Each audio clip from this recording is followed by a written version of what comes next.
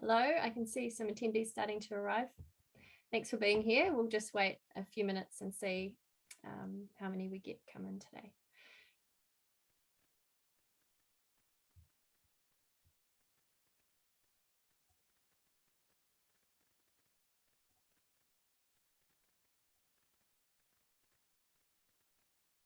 I'm Tania Bramley from New Zealand Landcare Trust.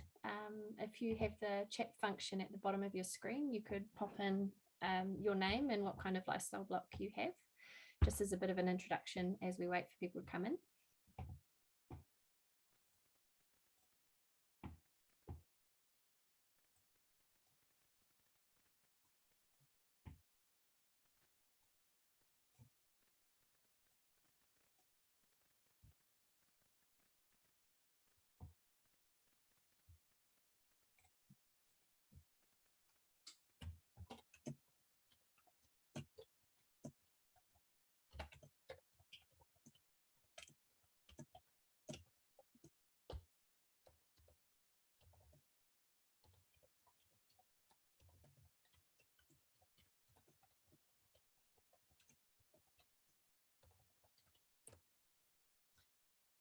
Hi Donna, in Wellington on a 10-hectare lifestyle block. Cool. Awesome, that looks like a great project. So hi everyone, I'm Tania from New Zealand Landcare Trust. We've got about 28 attendees coming in, so we'll just wait a couple more minutes. We've got 9 so far. But if you want to hop into the chat box and give a bit of an intro to yourself, your property type and your projects, that would be great.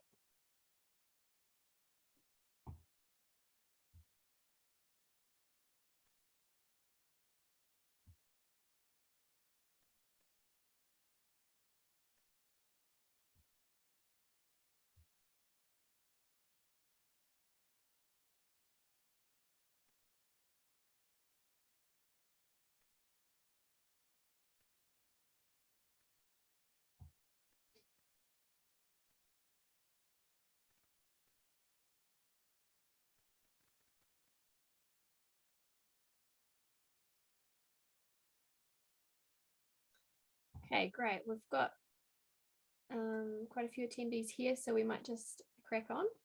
Hi everyone, I'm Tania Bramley from New Zealand Landcare Trust. I'm the new coordinator as of the last 5 or 6 months for the Manawatu and Whanganui catchments. It's been a really neat role and I'm enjoying getting to know lots of different catchment groups and landcare groups in the region. So New Zealand Landcare Trust established in 1996. We've just had our 25-year anniversary, that'll be it. New Zealand Landcare Trust is an independent charitable organisation. We've got a network of national catchment coordinators or coordinators in each most regions of New Zealand, working with land user community to encourage and support sustainable land and water management. I'd love to know from a few more of you what kind of what kind of lifestyle blocks you have. And we can see here Hamish is in Kumaroa and has got a 5-hectare block with a street running through it. Okay, very cool. So we can see we've got, from the chat box, you can see we've got a variety of different land users in here, which is fantastic. Good to see you all here. I'll just put that over there. Okay, so why are we here? Freshwater farm plans or farm environment plans. Farmers are facing some challenges with new regulations around freshwater climate and biodiversity requirements. We're still sort of waiting to hear from the government exactly what those requirements will be. Many of the new regulations won't apply to lifestylers or runoff blocks or bush blocks if your property is less than 20 hectares. You're not required to have these plans by law.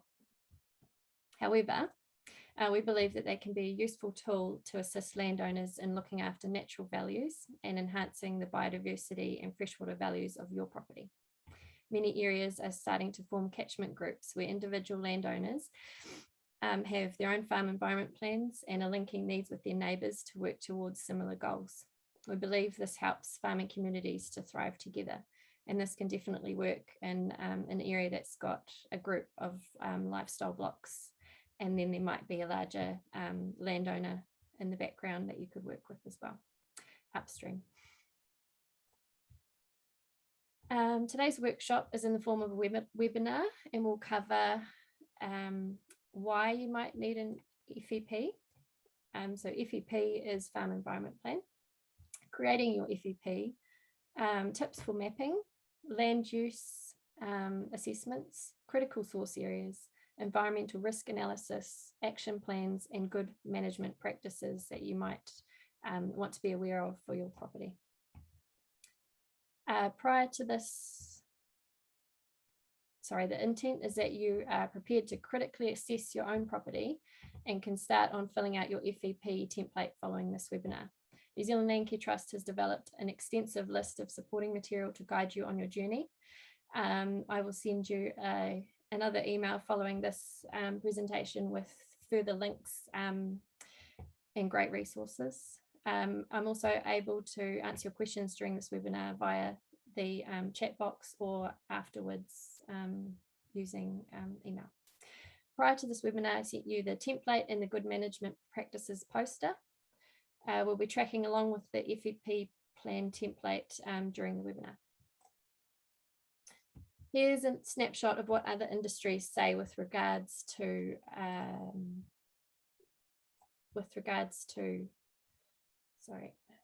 FEPs. The objective of FEPs is to minimise the impact of horticulture and farming on the ecological health and amenity value of New Zealand's waterways, is what Hort NZ says. Dairy NZ say FEPs are unique to a property and reflect the local climate and soils, the type of farming operation, and the goals and aspirations of each land user. Beef and Lamb say that the farm planning approach is designed to help ensure the sustainability and profitability of your business by adapting to climate change, understanding and managing your greenhouse gas emissions, and protecting the health of your soil, freshwater and biodiversity. Meet emerging consumer regulation requirements that are even more coming out now, and providing evidence base to tell your farming story.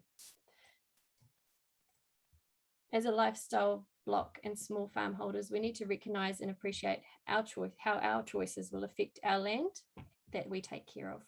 We have a great opportunity to improve ecosystem health, no matter what type of block we own. I'm a lifestyle block owner myself, so you'll be seeing a bit of a farm environment map I made for my property recently. The objective of an FEP is for us to minimise and manage the impact of our land use on the ecosystem, including the soil, freshwater and biodiversity. Regardless of how we use the land, we have an impact. A farm environment plan is a tool that can help you recognise environmental risks and set out a program to manage those risks. Now that we've covered the purpose behind creating an FEP, it's time to get on with it. Remember to consider an FEP as a living document, not one that's going to gather dust on the shelf. I get mine out and review it once every 6 months to go over what pest plant control I did, what planting I've done, and update as we go. I want you to take a moment to acknowledge what you already know and what you do well. Now, I will take you through key aspects of the template to help you assess what practices you could improve on and how.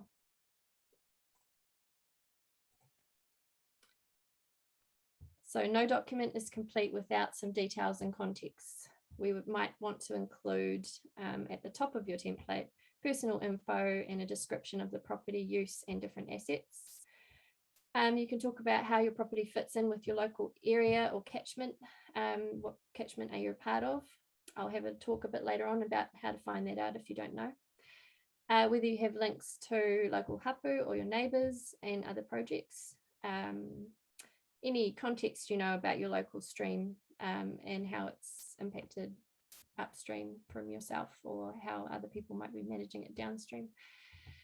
You can add some photos, so it's great to include the date with which each of your photos as you add them to your document, so that you can track how things have changed over time.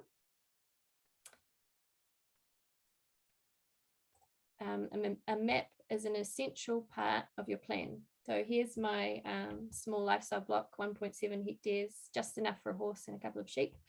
But we do have a stream running along the boundary. So I created this map in Google My Maps, which is a free online tool. And New Zealand Landcare Trust has created a series of webinars.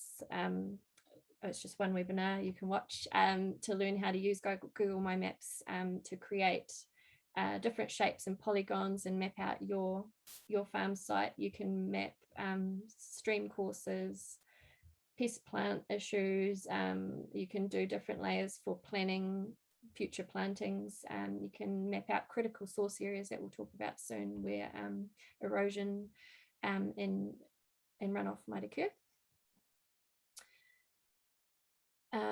Some of the things to map, I just kind of went through this, but are existing native vegetation, areas with restoration potential, farm creeks, springs, streams, ponds, and wetlands. Critical source areas might include stock crossings and laneways, areas prone to erosion and pugging, different farm management units for different types of stock, standoff pads, cultivated areas, holding pens, permaculture forests, all sorts of different things. My FEP map is also used to plan for my pest plant control. So I've mapped out areas of blackberry and sort of that orange color, and grey willow and choke cherry and purple. So those are the areas I plan to control over time. And if not already known, the map will be important for highlighting your critical source areas and to identify opportunities for improvement between farm systems and the environment.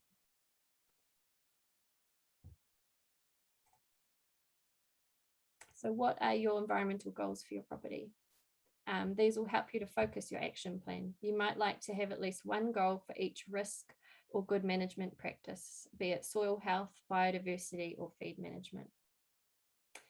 Nadine's just put the link to the mapping webinar into the comments. Thank you very much.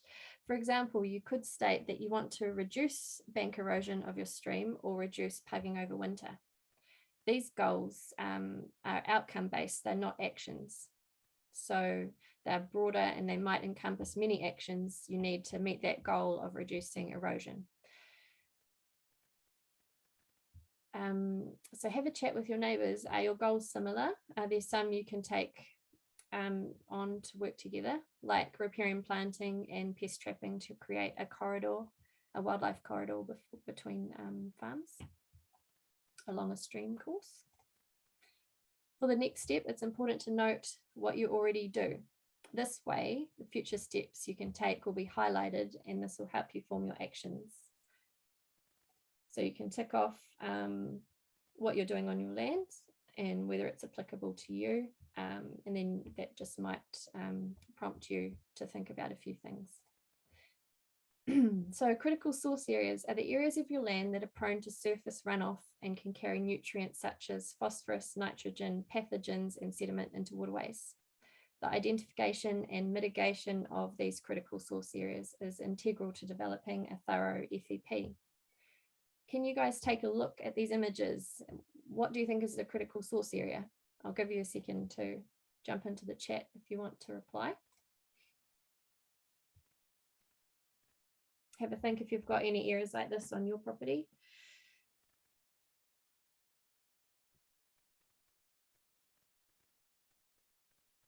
It might not always be immediately obvious during a dry period what the critical source areas are. It's a good idea to get out there when it's wet. Can't see any comments, so I'll just jump on. Laneway. Yep. Yes, so the laneway at the bottom of the left-hand photo would be a critical source area. But this area here in yellow is as well. So you can see we're looking at the bottom of the slope, which carries surface runoff from that little hill behind it. This can be managed by not grazing stock on the yellow area, or allowing crops and grass to maintain a filter runoff from the slope above. This way you can retain the nutrients and topsoil of the land, on the land where it's meant to be. So for the,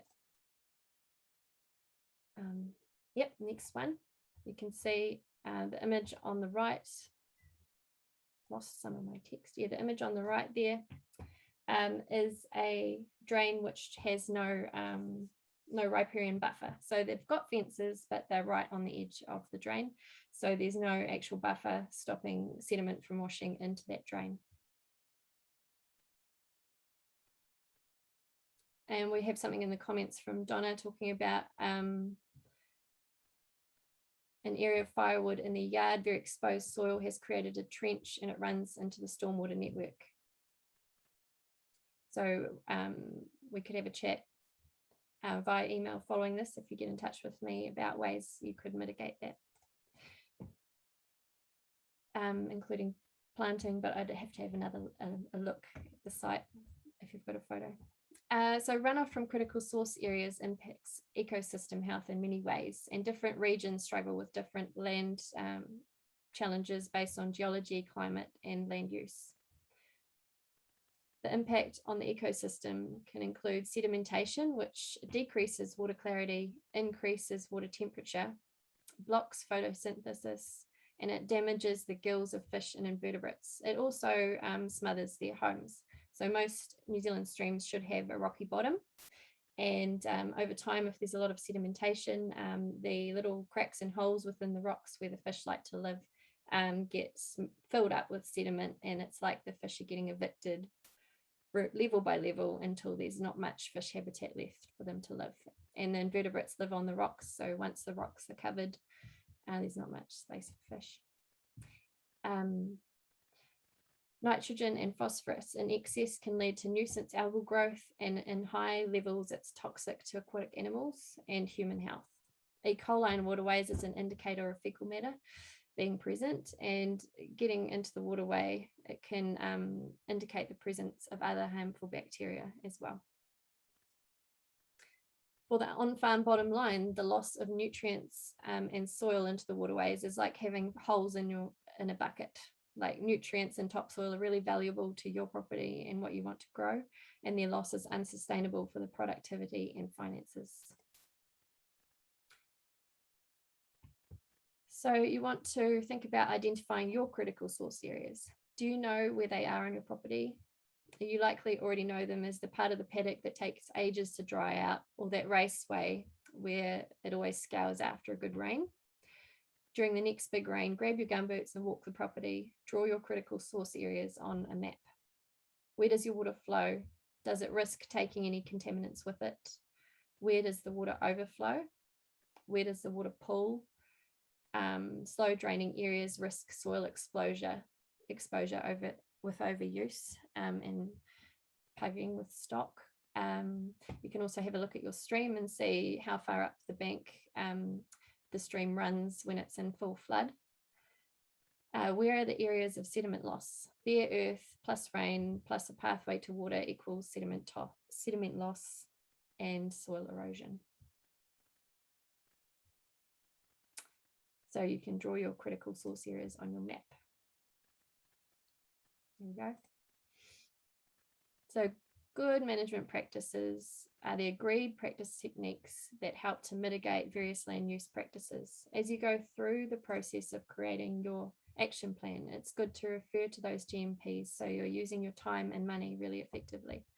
The GMP poster I sent out with the FEP template is really helpful here.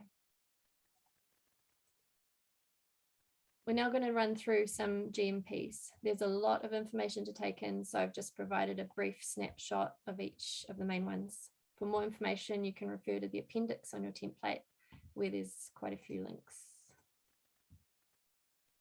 Those of you with stock, whether it's cattle, sheep, pigs, or horses, will already be thinking about stock management for production and animal welfare. This GMP is also about applying the environmental lens to the impact of stock. Ensure you've got appropriate stocking rates for your property. Too many stock result in more pollutants entering waterways, compacted soil, soil pugging. Fewer well-fed stock can have better returns than underfed stock. Stock should be excluded at least 3 meters from waterways, drains, and wetlands. We'll talk a bit more about the ideal buffers soon. Adapt your grazing regime for the conditions. For example, you might want to graze wetter paddocks earlier in the winter to avoid pugging later on, and drier paddocks earlier in the summer to avoid overgrazing. And take water to your stock, don't take stock to the water. Getting stock through the winter is one of the biggest challenges farmers face. The key is to plan your winter grazing ahead of time. You can see in the slide there, the top image has got the critical source area that you would want to avoid grazing. And as you're grazing, you could strip graze starting at the top furthest away from the critical source area and work your way down, and then remove your stock from that area. So there's some key strategies you can use. So that's the direction you strip graze, like I just said, temporary or permanent fencing of wet areas, back fencing to reduce pugging, and planting catch crops in late winter to take up excess nitrogen. Beef and Lamb have got awesome webinars on this. So have a look at our FEP template, has got the link to that. On my property, I've got a pumice raceway and sort of resting yard area for the horses. This is to stop them ruining fence lines by pace walking along them, and stopping pugging around water troughs and things like that. So that's used year round, and a really good area to keep them. They get out there to get the grass, but they spend most of their relaxing time, 60% of their time, on that pumice raceway rather than in the paddocks. As mentioned in the previous slides, the goal is to retain sediment on the land before it gets into the waterways. GMPs for preventing erosion mean maintaining good cover of pasture and avoid overgrazing. Try to minimize tracks and go across the slope, keeping tracks as flat as possible. Some sediment loss may be inevitable, so you could add cutoffs, culverts, and sediment traps to catch what you can't avoid losing. Consider allowing native regeneration or plant trees on erosion-prone land, particularly in gullies. If you have stock on steep land, you can consider poplar poles if natives aren't feasible. Try contacting your local council branch to inquire about poplar poles if you have steep erosion-prone land. Stock damage to stream banks will increase the risk of erosion. So set permanent fencing far enough back to prevent bank erosion, but also to allow room for the stream course to change over time. Options for preventing and reducing stream bank erosion are hard engineering, which means structures such as rock walls or altering the stream bank mechanically. Just be aware that they don't do any of these options if without talking to council first, and you'll probably need consent. Hard engineering can do more harm than good, as you're altering stream flow, impacting a habitat, and potentially changing the force of the stream as well. Soft engineering would be using plants to buffer the bank. When it comes to wetlands and riparian planting, first double check how far up the bank your stream flows when it's at full flow. This will help you decide where to place fences and what to plant. It would be a waste of time and money to place fences where they're likely to get washed out, or to plant the wrong type of plant in a dry patch or a flood zone. There's heaps of really cool resources out there around the best plants, and it's good to source locally if you can, and also harden off your plants before you put them onto your stream banks. I've found if you don't harden off for a good week, things like manuka can be a bit susceptible to dying off once you've got them in the property. Secondly, identify wet areas on your farm. This includes seeps, boggy areas, springs, and gullies. If you graze, you need to prioritise your fencing. Set fences back at least 3 meters from the stream bank, but ideally 5 meters on flat land and 10 meters on slopes. So that's what I've done at my place. We've got a slope down to a flat bit and then the stream. So what I've done is set the fence at the top of the bank, so it's probably about 20 meters from the stream. And this is just for safety of the horses on a steep bank, but also to ensure that our banks don't erode any further. We can plant out the whole 20-meter stretch. Just be aware you might want to leave a 1 metre gap between the fence and your first row of plants, 1.5 even, so that if you need to get in and access the site, your trees as they grow will sort of grow out towards your fence, and you might not want stock eating those plants, and you might want access to run a mower along or something like that. So you might need to still provide access across the stream, so consider adding culverts or bridges for your stock. The goal is to reduce input of waste directly into the stream water, as well as minimizing stream bed disturbance. If you create a bridge or culvert across, try to make sure that they are sloped away so that the water running off across the culvert or bridge doesn't run directly into the waterway. So try and have a channel there taking it through an area where it can get filtered before it goes into the stream. Okay, so next you need a plan for your planting. You can start by leaving long rank grass, which will filter pollutants, but without stock grazing, your weeds might just start to take off. So you'll need to factor in weed control for your site.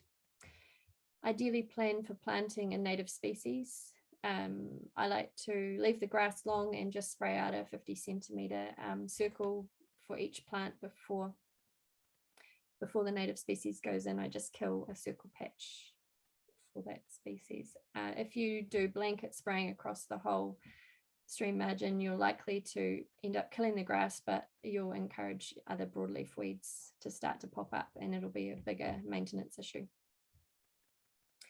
So native plants provide a better habitat for aquatic and terrestrial animals, and as they grow, they start to shade out most weed species.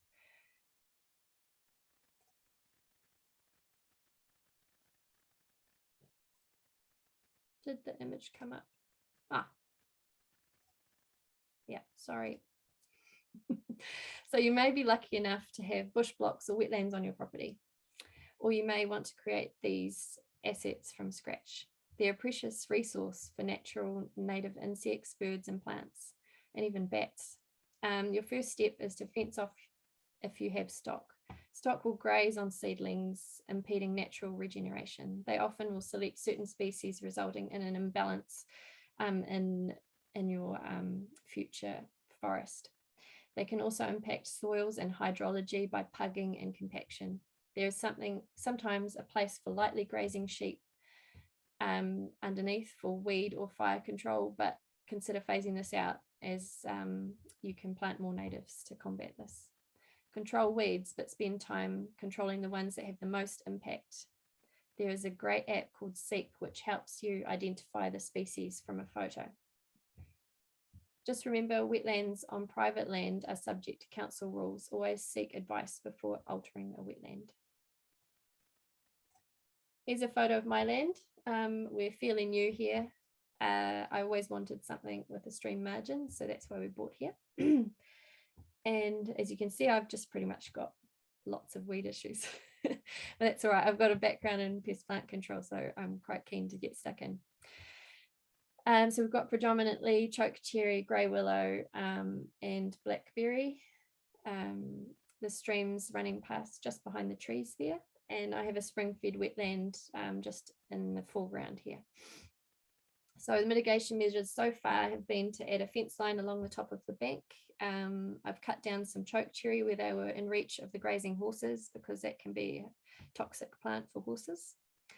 I've removed, with husbands, got in the stream in summertime when the flow was low and took out a grey willow that had fallen across the stream because it was impeding flow and altering the way the stream went. We spot sprayed small patches of grass on the banks and have planted in natives with manuka, pittosporums, flaxes, cabbage trees, pigeonwood, lots of different natives. In the wetland, we've started planting some more rushes and flaxes. In summertime, when the wetland was pretty much dry, we sprayed a grass-specific spray that allowed the rushes, killed the grass and allowed the rushes to come up more strongly. Just be careful with that kind of thing, because if you're blanket spraying like that, we now have buttercup throughout the wetland, because the grasses are gone. But the rushes are doing better than they were before, so I think it'll come right.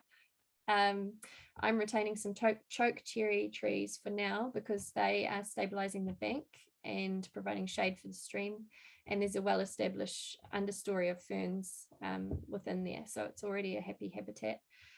We just have to manage choke cherry seedlings that are coming up. There's lots of kahikatea seedlings underneath, so hopefully in time they'll grow and outcompete the cherries.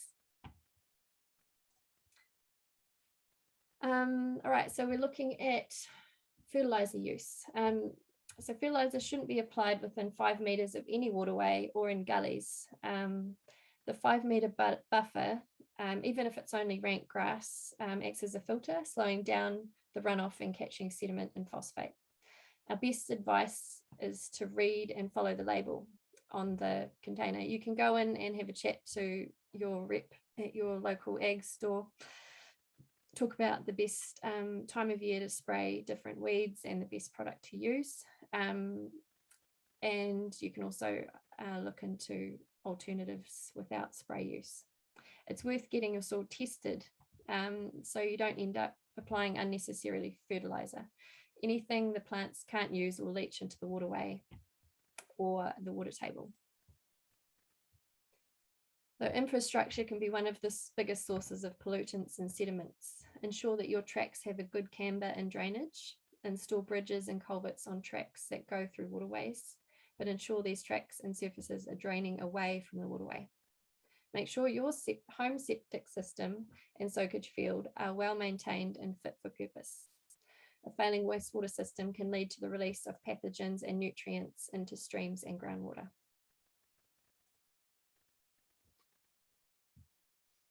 So that's the end of our good management practices. There's quite a few others, including fire and waste management, but we know that many of you will have creative methods of reusing your waste products on your property, whether it's using your branch trimmings for biochar production or making awesome compost. So because of timing, we won't cover all of these today. Please refer to the GMP poster because they're quite good at prompting some ideas. Your next task is to complete your farm plan and to assess which of the GMPs are relevant and which you need to spend more time on. This assessment will then lead to and help you formulate your action plan.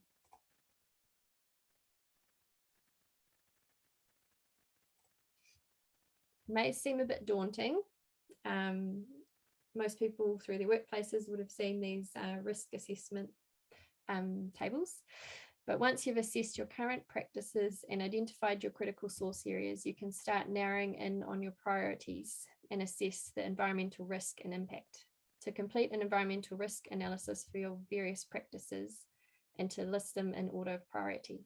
So start by asking, what is the likelihood of an impact occurring? Is it unlikely or very likely? Then consider the scale of the impact. Is it negligible or very significant? At the intersection of the likelihood and the impact is the environmental risk of that land management activity or critical source area. Once you've acknowledged what you do already and perhaps have discovered what you could prioritize to improve, your action plan is now the nuts and bolts. Try and have actions that are achievable in a certain time frame.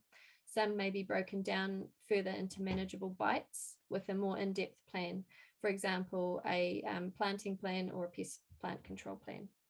Try and prioritize the actions so you don't feel overwhelmed. Surely, ideally, a critical source area and critical source areas and practices with a high environmental risk should probably be higher priority, but the priority actions chosen is ultimately your personal choice based on available time, finances, or something else that means more to you. Note that the cost and time frame are both, you might put under each activity, both estimates rather than set in stone facts. Even if you don't have a stream, drain, or wetland on your property, you're still connected to your catchment via underground reservoirs. If you haven't already, now is a good time to start thinking about the catchment you reside in. and how your property fits into the wider picture of freshwater ecosystem health. Catchment groups of interested landowners are forming throughout the country. In this region, we have the Rangataiki River Catchment Collective, which covers Rangataiki, Turakina, and Whanganui rivers. And we have Manawatu River Catchment Collective, and also the Western Whanganui Catchment Collective. New Zealand Landcare Trust has a public map online for people to log in and see if there's a catchment or Landcare environmental group in the area. This is a bit of a snapshot to see what it looks like. I'm looking forward to helping landowners form more catchment groups, especially along the Whanganui River. I'm based near Taumarunui. The public map has multiple layers where you can change from satellite view to Lynn's topographic map. And you can see the topographic map is quite handy. You can zoom in and see the names of some of the smaller watercourses, the smaller streams that you might not know the name of at your property. So the link to this map was sent to you in my email prior to the webinar.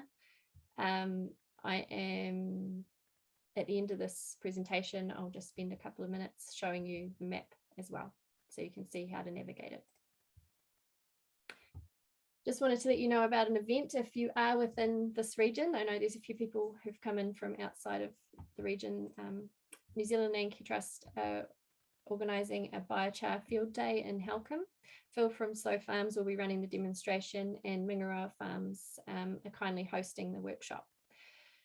We'll be utilising pine slash from a recent harvest for the demonstration, showcasing pile burn, pit burn, and kilns as different techniques for creating biochar, as well as discussing its uses as a feedstock supplement and for retaining nutrients and moisture in your soil. I'll put the registration link in the chat box. So sorry, I thought I could copy and paste from here, but I can't. Right, we'll jump on to the next. That brings me to the end of the presentation. I'm just going to stop sharing for a moment and show you the map. I'll just close that one, and here we go. I hope you can all see this. So this is the New Zealand Landcare Trust online map. You can see the areas of New Zealand that have colour on them are the areas that we have New Zealand Landcare Trust coordinators. And the link to the biochar event is in the chat now. Right, so you can zoom into your region. At the moment, we've got it set on Lynn's topographic, but you can also put it on satellite view, street map. I like Lynn's topographic because it gives you the names of the different streams.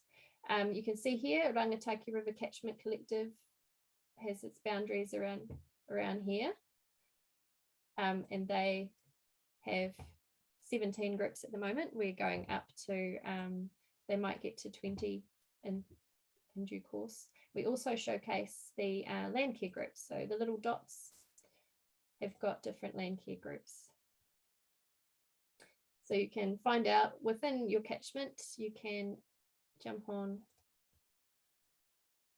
and type in your address.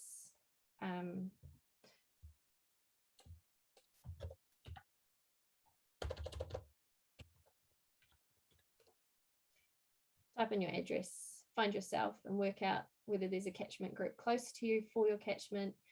You can get in touch with me and I can link you to any of the catchment groups you might want to have a chat to. So it's always catchment groups, basically groups of landowners who get together, and they might start with water quality testing on their local tributaries that feed into the mainstream to figure out, you know, how they're impacting on water quality, and then from there start to make a plan on how they want to mitigate that, and they're working on a whole catchment scale, linking farm plans together. So it's really neat, and I'm really keen to see how this works over time. There's one group called the Upper Morwhangal Catchment Group who've been running for almost three years of water quality testing, so they'll be able to analyse their water data soon, and they've fenced off a huge amount of their stream margins within that catchment and planted as well. So they're a really, really neat example of what can be done. Right, did anyone have any questions I'll bring up the chat box again. Give you a couple of minutes. But as I said, I will send out lots more links and different templates that go into more detail, whether it's on forestry for small lifestyle blocks through to best planting plans and things like that. I'm also happy to send out, if anyone wants it, you can email me a copy of my own FEP for my small lifestyle block, so you can kind of see an example of how it can be done. Happy to do that. I don't see any questions so far.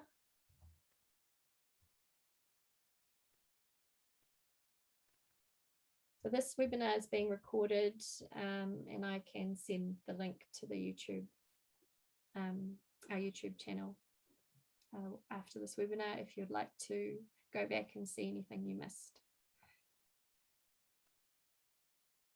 So just remember the FEP template has got heaps of useful links at the end in the appendix. So I've got one question from Hamish. What is this distance required to set back fencing from waterways? So as I said in the presentation, the minimum is 3 meters, but ideally 5 meters if it's flat. But if it's sloping land, ideally 10 meters or further.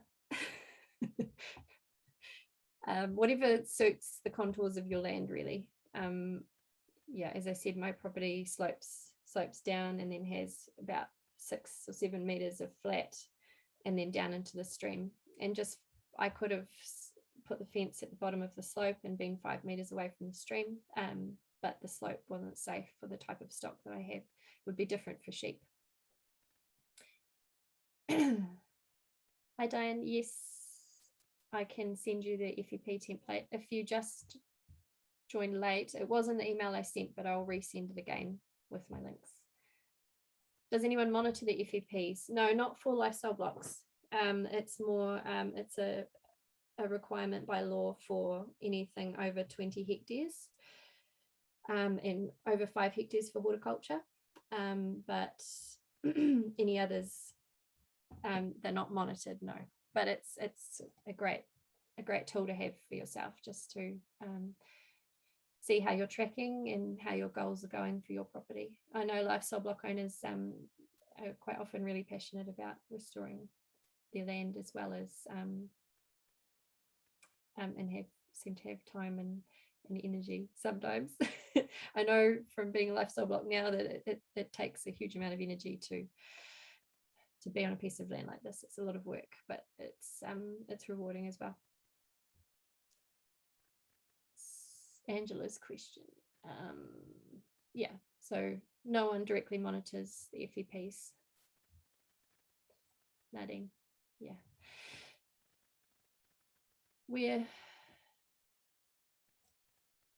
I will send you, Hamish, I'll send you the link for the measurement of CSAS.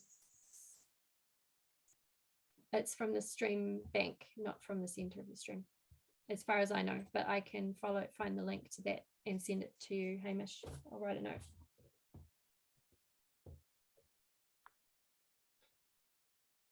Laudi's comment. Okay.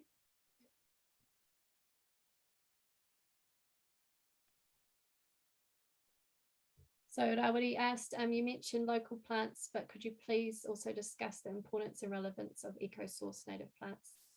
Absolutely. If we don't utilize locally sourced plants, you might risk bringing a plant into the region that didn't always grow there, might not flourish as it should. It's important to try and keep with the natural values of an area by using plants that are meant to be there. Does that help, Rawari? You can add more if you like. Diane said, I can say with experience, if you are along a main waterway, it would pay to ring horizons. Absolutely. So horizons are a great place to start with their SLUI plans, but that's usually for larger land land units. And so SLUI is all about erosion prone land on larger stations. But yes, have a talk to your local Horizons representative land management officer about any plans you might have, and they might give you even more ideas and resources that are relevant to your region and your location.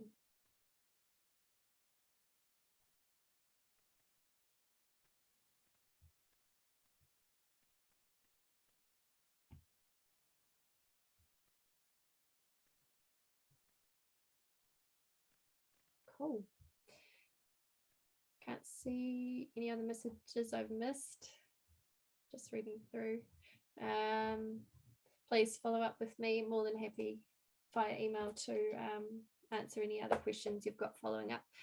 And if you're struggling with any parts of your plan, reach out as well if you like. So Rawiri said regarding the eco-source plants, it would also add the risk of cross-pollination from natives. Yeah, so some natives can become slightly invasive if they're brought to a new area that they weren't originally from, and they can thrive and they can outcompete other natives that were naturally there. So yeah, karo can be a source, a strong seed source. They throw a lot of seed. Yeah, so just be aware of that when you're talking to your nursery. I can link you to nurseries if you're not sure about good ones in your area. I can find out the best ones. Cool.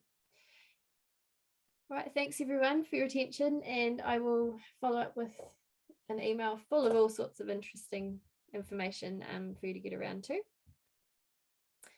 And it was great to meet you all. So thanks a lot for your time. We've kept it under an hour, so hopefully that's not too boring. I will make up a nursery list. I'm actually working on this because I'm quite new to the region. So if any of you know of a really good nursery in your area, you could flick me an email about it and I can add it to a list and we can compile that. And then I can share it with people.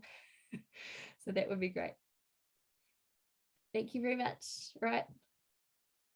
Looks like there's trees for bees. Yes. Yep, absolutely. You don't have to stick to natives as well. You could look at planting a wildflower area along a stream bank and add in a few native trees as well. That'll be really good. Oh, Trees for Bees local nursery. Thank you. Where are they based? I'll search for them.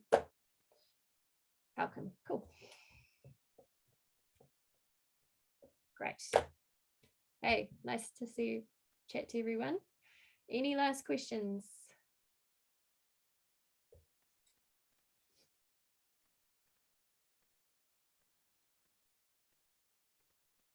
Cool.